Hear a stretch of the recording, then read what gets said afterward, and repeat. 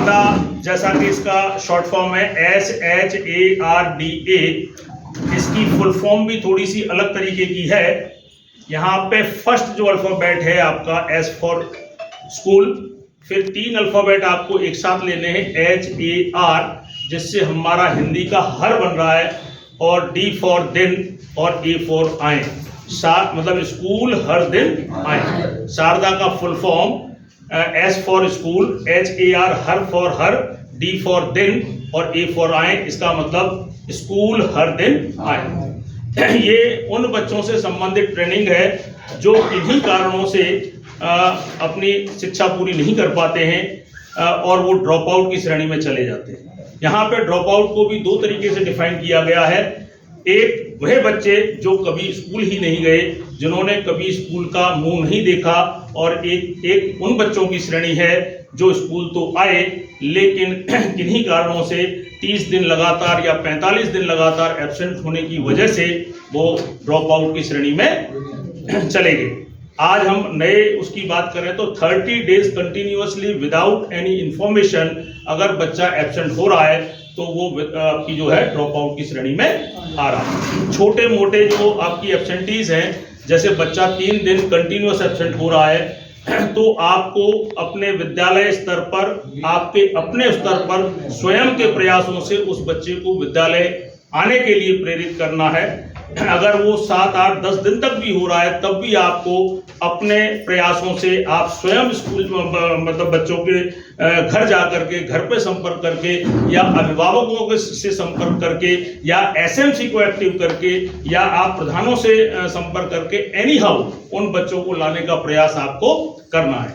लेकिन तमाम प्रयासों के बावजूद आपको सफलता नहीं मिलती है, 30 दिन से ज्यादा बच्चा कंटिन्यूअसली एब्सेंट होता है, तो उसे आपको ड्रॉप आउट की श्रेणी में रखना है।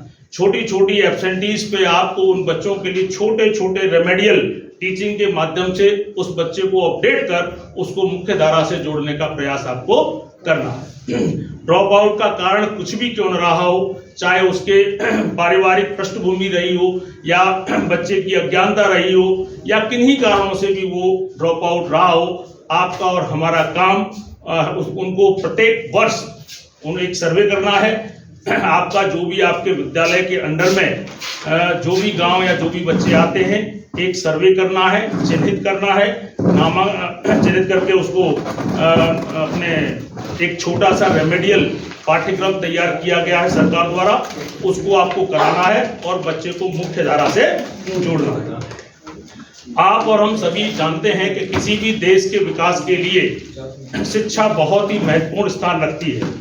किसी भी राष्ट्र के विकास के लिए, किसी भी एक अच्छे सामाजिक विकास के लिए शिक्षा का एक अपना अग्रणी स्थान है।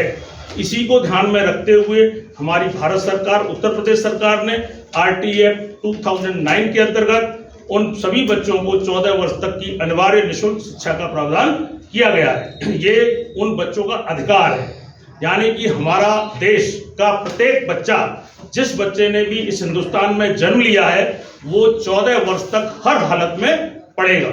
चाहे वो बार बार ड्रॉप आउट क्यों ना हो, आप उसे बार बार चिन्हित करेंगे, बार बार उसका रेमेडियल करा करके उसको मुख्य धारा में जोड़ेंगे।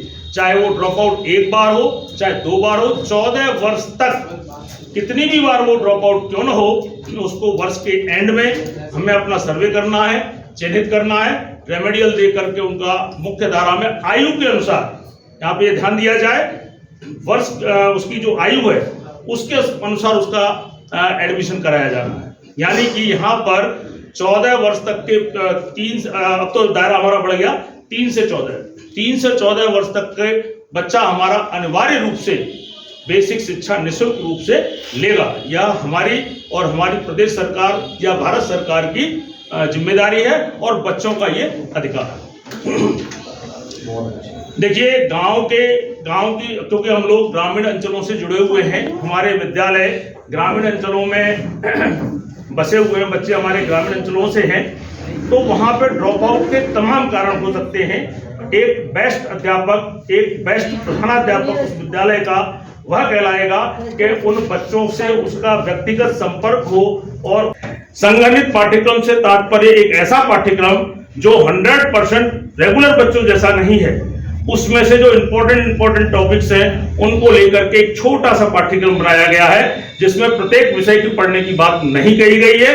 जो मुख्य विषय हैं और मुख्य विषय के जो मेन टॉपिक्स हैं, जिससे जिनको सिखाने से उस बच्चे की आगे की शिक्षा सुचारू चल सके, उन टॉपिक्स को बना करके आपके इस मॉड्यूल के माध्यम से एक संगठित पाठ्यक्रम कंडेंस सिलेबस तैयार किया गया है, जिसमें मुख्यतः 3 विषयों की बात की गई है।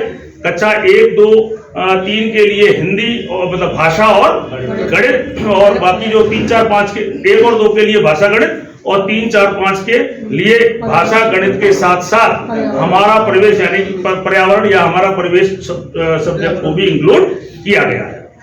ऐसा माना गया कि इसमें से जो कॉमन टॉपिक्स हैं, जो छोटे टॉपिक्स हैं, जिनसे अगर इंट्रोडक्शन उस बच्चे का करा दिया जाए तो यह माना जाएगा कि वह बच्चा आगे की जो अपना रेगुलर पाठ्यक्रम है उसमें कहीं ना कहीं वो एडजस्ट हो जाएगा। देखिए, इसी के अंतर्गत पहले दिन आपका हिंदी था, आज यहाँ पर हमारा गणित की बात हो रही है। तो देखिए, गणित में हमारे 8 टॉपिक्स इसमें रखे गए हैं, तो उसमें से 4 टॉपिक्स तो हमारे बहुत ही कॉमन है, जोड़, घटाव, गुणा, भाग और संख्या, मतलब 4-5 तो कॉमन है। देखिए, यहाँ पे उन बच्चों की बात की जा रही है जिसको आप बड़ी मुश्किल से जैसे तैसे आप अपने प्रयासों से उसको विद्यालय स्तर तक लाए, ठीक है ना। अब आपका एक पहले तो हम चिन्हित करके उसको ले आए, अब हमारे पास एक बहुत बड़ी चुनौती ये है कि वो यहाँ पर ठहरे कैसे। और कोई भी बच्चा ठहरेगा तभी जब आपके पास कोई कंटेंट होगा, उसके मतलब आपके पास कोई कंटेंट होगा जो उसे उसकी आयु के अनुसार आप उसको समझा पाने में सक्षम होंगे, अन्यथा की स्थिति में वो विद्यालय किसी भी कीमत पर आपका आएगा। तो यहाँ पर आपको देखिए, इस कंडेंस पाठ्यक्रम को एक जनरल बनाया गया है, लेकिन कहीं पे ऐसी स्थितियां हो सकती हैं कि जैसे मान लो कोई टॉपिक है, वो बच्चे आपके पहले से उसको जानते हैं, तो आपको जरूरी नहीं है कि उसको आप चलाएं, आप उसको स्किप कर दें, और जहां कहीं भी दूसरा टॉपिक कहीं कठिन लग रहा हो उस समय को आप वहां पर देख सकते हैं। लेकिन पाठ्यक्रम तो एक जनरल बनाया गया है, उसमें से जो आपको अच्छा लगता है अपने बच्चे के हिसाब से। जैसे एक विद्यालय का बच्चा ड्रॉप आउट है, 8 महीने से स्कूल नहीं आया, और एक स्कूल है जिसमें केवल 30-35 दिन नहीं आया, तो सीधी सी बात है उसको रेमेडियल की कम जरूरत होगी और इस बच्चे को रेमेडियल की ज्यादा जरूरत। तो यह आवश्यकता अनुसार छोटा मोटा फेर आप अपने स्तर पर, विद्यालय स्तर पर कर सकते हैं।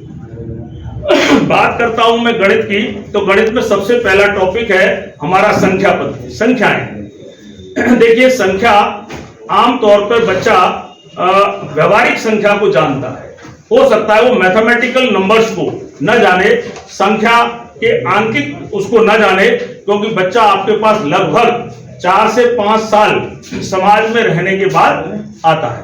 जब बच्चा जन्म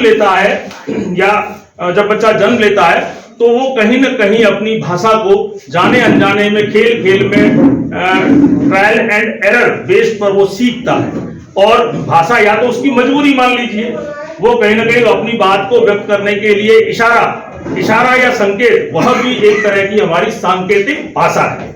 जब बच्चा सांकेतिक भाषा से, जैसे आपने देखा होगा स्टार्टिंग में बच्चे सांकेतिक भाषा से बोल नहीं पाते हैं, बोलने से पहले वो अपनी जरूरतों को, और आप भी अपनी जरूरतों को सांकेतिक भाषाओं में बोल बाल करके उनको संतुष्ट करने की कोशिश करते हैं। जैसे आपको लगता है कि रो रहा है बच्चा, तो आपको ऐसा लगता है कि संकेत हमें यह मिल रहा है कि यह कहीं ना कहीं भूखा है या प्यासा है। भाषा तो आ ही नहीं रही है, मौखिक भाषा की कोई बात ही नहीं हो रही है। ऐसे छोटे मोटे संकेतों को हम उस बच्चे और माँ के बीच जो 6-7 महीने, 8 महीने, 1 साल का जो अट्रैक्शन होता है, उसके माध्यम से वो सांकेतिक भाषाओं से भी बहुत कुछ सीखता है। जब हमारे पास बच्चा आता है तो लगभग 5 से 6 वर्ष का होता है, तो वो काफी हद तक मौखिक दक्षता परिवेश की दृष्टि से वो सीखा हुआ होता है।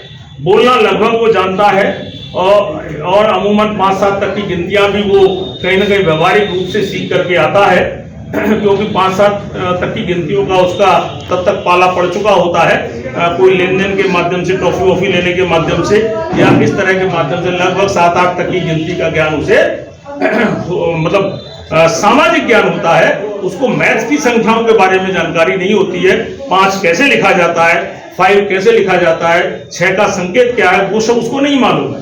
लेकिन कहीं ना कहीं वो भौतिक चीजों से इनका 1 2 3 4 5 जो संख्याएं हैं उनका कॉन्सेप्ट कहीं ना कहीं उसकी सॉफ्ट मेमोरी में कहीं ना कहीं बन चुका होता है। देखिए, क्योंकि आप और हम सभी जानते हैं कि मैथ्स की शुरुआत भाषा से होती है। भाषाई दक्षता बच्चे की बहुत जरूरी है मैथ्स को समझने के लिए। तो सबसे पहला तो यह है कि बच्चों को आप मौखिक भाषा में बातचीत करके यह सुनिश्चित करें कि मेरे बच्चे का माइंड मैथ्स को समझने के लिए तैयार है या नहीं, बच्चे की सॉफ्ट मेमोरी मैथ्स को पकड़ने के लिए तैयार है कि नहीं। जब तक आप बच्चे की पूर्ण रूप से काउंसलिंग कर यह पता न कर लें कि मेरा बच्चा स्वस्थ और उसके जो सारी इंद्रियां काम कर रही हैं, तभी आप मैथ्स को समझा पाने में सक्षम होगे। मान लो कोई बच्चा ऊंचा सुनता है तो आपका मैथ सिखाना आपके लिए थोड़ा मुश्किल होगा। तो पहले आप उसको सीधा मैथ्स नहीं, पहले और बच्चे के परिचय के लिए मौखिक भाषाई दक्षता बहुत जरूरी है। उससे बातचीत करिए। बातचीत भी इतनी कॉमन होनी चाहिए, आपका टॉपिक इतना सरल होना चाहिए कि बच्चा बढ़ चढ़ के उसको बोलने की कोशिश करे। आप उससे ये सोचे कि एक वाक्य बोलेगा, लेकिन वो 5-7 वाक्य बोल पाए। टॉपिक बहुत सरल, बहुत व्यवहारिक, जिससे कि वो उस पर अधिक से अधिक बोल पाए। मुझे बच्चे को सुलझाना है, उलझाना नहीं है। अगर मान लीजिए मुझे किसी जानवर पर बुलवाना है तो वह बच्चे ग्रामीण अंचल के बच्चों के लिए शायद बकरी पे वह बच्चा ज्यादा बोल पाए। मैं आपको एक छोटा सा उदाहरण के माध्यम से समझाने की कोशिश करता हूं कि आप कॉन्वेंट के स्कूल से बोलना, वहां पे बच्चे को बोलना कि बकरी के 4 थन होते हैं, और एक ग्रामीण अंचल के बच्चे को बोलना कि बकरी के 4 थन होते हैं। क्या स्थिति बनेगी? वो चिल्लाएगा, चिल्ला उठेगा, अरे माथा झूठ बोल रहे हो आप, 4 कहां होते हैं? 2 ही होते हैं। क्योंकि उसका कॉन्फिडेंस लेवल बकरी के थनों पर इतना हाई है कि वो आपकी बात को मानने के लिए तैयार नहीं। लेकिन हो सकता है कॉन्वेंट के स्कूल के बच्चे, ऐसे बच्चे जिन्होंने बकरी के थनों पर ज्यादा गौर से न देखा हो, तो एक आध तो वहां चुपचाप बैठा। तो टॉपिक ऐसा हो कि बच्चा उस पर बोले। वो इतनी जल्दी बोल रहा है क्योंकि उसका जो टॉपिक है, बकरी वाला टॉपिक है, वो उसके परिवेश से जुड़ा हुआ है। ग्रामीण अंचलों में वो इस चीज को बहुत ही अच्छी तरीके से जानता है। अरे बच्चे को तो छोड़िए, आप और हम पे ही, अभी मैं कहूं कि जिराफ पे बोलो एक जना, और एक में बोलो कि भैंस पे बोलो, तो जब हमारी स्थिति ये हो सकती है, जिराफ पे हम कितने वाक्य बोल पाएंगे? 2 4 1 5 से ज्यादा, और शायद भैंस पे हम लंबा चौड़ा ऐसे लिख देंगे। तो कहीं ना कहीं वैसी ही स्थिति हमारे बच्चों की भी। हमें बच्चों की मौखिक दक्षता का विकास करना है। हमें ऐसा टॉपिक देना है कि बच्चा बढ़ चढ़ के बोले, और एक बच्चा नहीं, अधिक से अधिक बच्चा बोले। और यह विश्वास कीजिए, जब बच्चा बोलता है तो वो सीखता है। जो बच्चे बोलते नहीं है, चुपचाप सहमे से बैठे रहते हैं, वहां आप लोगों के लिए भी एक बहुत बड़ा क्वेश्चन मार्क है, क्योंकि आपको खुद को ही नहीं पता होगा कि मैं जो सिखा रहा हूं वह बच्चा कितनी मेरी बात को ले पा रहा है या नहीं।